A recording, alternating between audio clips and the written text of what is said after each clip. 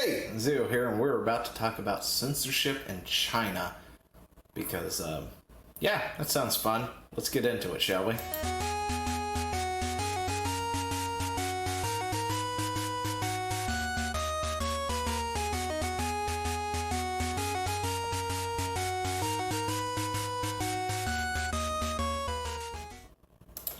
So, yeah, that, popped right back to my face. I need to fix those settings. I don't know why I did that. Anyway, point is, we're talking about censorship, China, and Blizzard, and other things, because why not? That's what we're into. If anything, I hate censorship, especially of my video games, because there's no real point to it. But apparently Blizzard has made the decision to censor and change the artwork to several cards, like Deadly Shot for one. Last I checked, that was a hunter skill, and now it fires from a ballista. Because hunters totally carry around ballistas with them. Anyway, the point is, it's ridiculous. The whole thing is ridiculous. The fact that we've had to change things for China, of all people, it's asinine, honestly. Listen, I got it. China censors everything. They have their own version of stuff. You know, their own version of Twitters and things like that. They're even doing the social currency thing that, you know, is quite interesting. Something I hope we never actually get into here in this side of the world. Because, yeah, talk about oppressive. Anyway, when your government can go ahead and cut you off because your social currency isn't high enough because you're not following their rules and saying what they like, it's a bit on the ridiculous side. Anyway, Blizzard, of course, is bending the knee to China. They've been doing it. Diablo Immortals has been toned down specifically for China. They want to hit that massive market, and I got it. They have a massive market, but is it really worth it? I mean, is it really changing your original vision and things? Changing your art or changing somebody else's art and stuff? Really worth it just to hit, you know, all those people over there? You could just say, screw them, don't release it, and let China descend into whatever anarchy that they're going to descend into because they don't have any kind of, you know, entertainment, I guess. Yeah, just let them do their own thing. Let's, I don't know, use the American company to cater to Americans and European and stuff like that to other countries that actually like their stuff and want it over there. But, you know, it's neither here nor there. But, anyway, China's censorship has definitely gone through some other things. There's a Kotaku article. I'll have the Wayback Machine archive link down in the description below because, you know, why give them clicks? It's Kotaku. But apparently the gaming community is stunned into silence by examples of actual censorship. No. No, somehow I don't think anybody is stunned into silence about actual censorship because this is the kind of stuff that we've been talking about for years now. See, they start small, right? And then eventually they go bigger and bigger, and then they outright just ban companies themselves from, say, I don't know, producing games because they don't produce the game that they want. On the upside, this really doesn't affect us all too much unless other companies want to follow suit because they want that, you know, really big Chinese market, which, yeah, if it was me and I developed a game and it wasn't Chinese friendly or whatever, I would probably tell China to go pound sand then, but that's just me. Yeah, I was like, fine, you don't want it? It's okay, because I know a lot of other people who might. And, let's just look at this real quick for a second. But, of course, we gotta first take our digs at the gamers, because, that's how Kotaku works. Their journalists have to invoke either Gamergate or take massive digs into every gamer who is supposed to be, you know, their readers, considering they're supposed to be talking about video games and such, but hey, what do I know? Nothing is braver than the modern gamer. A few things are as dear to their hearts as censorship. Tifa's bust size doesn't look as big in Final Fantasy VII's remake. Political correctness, madness. A game about World War II has women in it. Oh my god, stop rewriting history, screams the masses. Right? Well, hurriedly checking Wikipedia. We don't need no thought control. Alright, so first things first, we're going to go ahead and look at how wrong this entire paragraph is, because seriously, really? Look, Tifa's bust size, I don't give two flips. I'm not gonna lie, I don't really care. She's in a sports brawl. They put her in a sports brawl on purpose. The only thing I'm really more concerned about is the episodic nature. The fact that they're going to be having pre-order bonuses in the way of actual summons in the game, even though those summons that they did release weren't exactly in the game to begin with, so it's additional content. But the fact that they could put things that were in the game behind a paywall really concerns me on that. But yeah, I think that's about it. Yeah, maybe. Oh, and the Honeybee Inn. I hope they don't censor that. I'm sure it is going to be censored. I mean, I, for one, for whatever reason, really want to see Cross-Dressing Cloud. I think that would be amazing to watch, especially the whole Honeybee Inn experience. Would be just hilarious to watch go down in real time in HD and all these nice graphics and stuff. But that's just me. That is more my concern. Political correctness, or correct madness, yes. Gamers are kind of up in arms with political correctness. Why? Because you have to insert any chance you get, you have to insert politics into everything. You have to insert it into your articles. You demand it in your games. You get upset when a game goes apolitical and write articles about how horrible the game is because it's too apolitical, because it doesn't push whatever narrative you want. Yes, get your dang political correctness out of my freaking games. Nobody cares. Nobody wants it. Nobody really needs to see it. You know, you want to go and be activists, then go be activists, but get out of gaming. For Christ's sake, get out of gaming.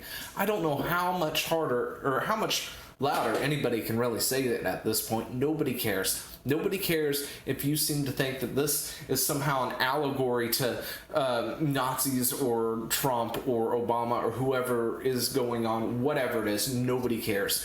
Get it out. We don't care. We want good stories. We want good mechanics. We want fun gameplay. As much as you want to sit there and say, that's not what a game's about. Yes, it is. Totally what a game is about. And I am now ranting. A game about World War II has women in it. Oh my gosh. Everybody freaked out that the fact that the World War II game had women in it. No, you know what people freaked out about? People freaked out about the fact that there was a woman in the game with a bionic arm. That's what people took up and gotten up in arms about when the trailer dropped, and they're like, what the heck is this? She has a bionic arm. It wasn't the fact that she was a woman. It was the fact that she has a bionic arm in World War II fighting and outrunning tanks like she's the bionic commando or something like that in World War II. That doesn't happen. That doesn't exist. That never did exist. Yes, that is straight up rewriting history. Yes, got it. You can go find pictures of some, amputees and what they used to replace. It kind of looks like her bionic arm and all this other stuff. However, she's not sitting there wielding a rifle like that on the front lines of a battle with that arm. No, she got sent home. That's what happened. In reality, she got her arm amputated because, I don't know, the technology for medical science wasn't that good. She got shot in the arm by something, and they had to amputate it to prevent infection from spreading and killing her. Slapped that little, piece of wood and junk on her and sent her home. That's what people got upset about. Other things people got upset about was taking certain missions, certain things that you put into the game. Especially when you have a game that touted itself around its realism in the past. The fact that it was real stories from actual people. Yes, you're one of the people playing the story, but for the most part, it played out similar fashion. Maybe trumped up a little, maybe toned down a bit, I don't know. But, it was pretty much a story that actually happened. Like, for instance, what was it? It was the mission where the woman's daughter comes to rescue her or something, and they've got to stop the heavy water or something like that, and they kill a bunch of people, blow up stuff, and escape. things like that. And the actual mission that happened, guys flew in, they went missing because because the thing crash landed or whatnot, and then others showed up, and then they finally finished the mission. And if I remember correctly, according to historical documents, they actually was able to pull off that entire mission with, I don't think, a single casualty. They took out the plant and didn't have to go killing a bunch of people. They snuck in, blew it up from below, and all this other stuff. But, it's the fact that you took all that hard work and the story of somebody else and rewrote it to fit a narrative, when there were other stories out there to talk about. Who was it? I can't remember if it was Germany or... not Germany, Russia, or somebody had, like, the sniper unit, and then they had these aircraft pilots who were purely women. Those would have been stories to tell. If you really want to focus on, like, a woman's, a campaign of women in World War II or in a war, those would be the stories to go. You take the, You become one of them, and you go through their daily life, their missions, and things like that. And that would have been an amazing game. That's what people were upset about. They weren't upset about the fact that it was a woman in World War II. For Jiminy sakes. Seriously, Kotaku. Anyway, so I've ranted way too long for this. But anyway, the Chinese Communist Party is world famous for its sense of humor, blah, blah, blah. We don't really care about any of that. First flagged on Twitter by Indy Garner, business license for one of the game's publishers, id Event. Anyway, Garner's the co-founder of another indie publisher, a publisher that focuses on Asian and Europe. No connection to id Event. In Indie Event. Anyway, without a basic license, you can't legally operate in China. So what happened is, apparently they've made this horror game, right? And I've got a trailer for it up real quick. And it was on Steam. It was getting ready to release, and China, took it down, revoked their license because they're a Taiwanese studio. Taiwanese independent studio or whatnot, and China thinks Taiwan is part of them, and there's this whole political jargon back and forth. But and just wanted to bring up the trailer too, and just take a look at it real quick, because I figured we might as well. They're being censored right now. They're not being allowed to did I hit play? There we go. And they're not currently being allowed to produce their game. Why? Because apparently there's a picture or something that mocks the president of China.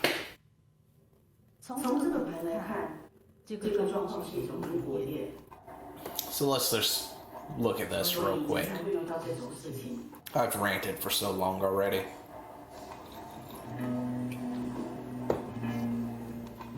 It's a psychological horror game. I kind of like those games. I don't have a whole lot of them, but I kind of like those movies, so I'm pretty sure I like those games.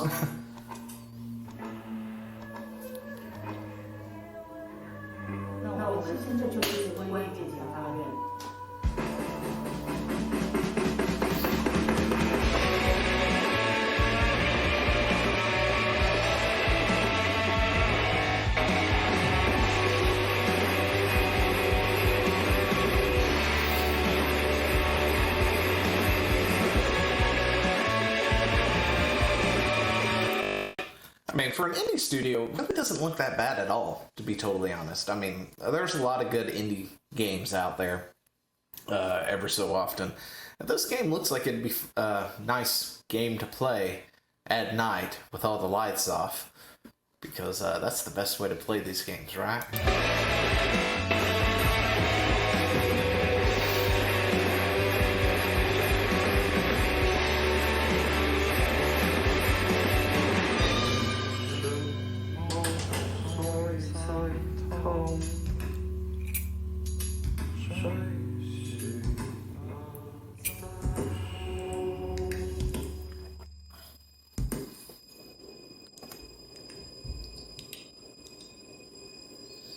好了，来个曾子观音说你要求什么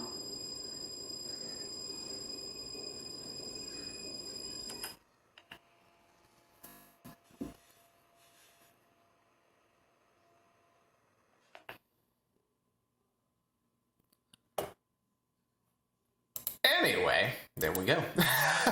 So that was the game. It looks like it would be a fun game, especially when, translated and released into the American market, I guess. But anyway, so according to Kotaku, this is what true censorship is, and all the other stuff is not censorship. And to be totally honest, on one hand, they're right. We'll go ahead and click this button here and bring this back. We'll wrap it all up real quick.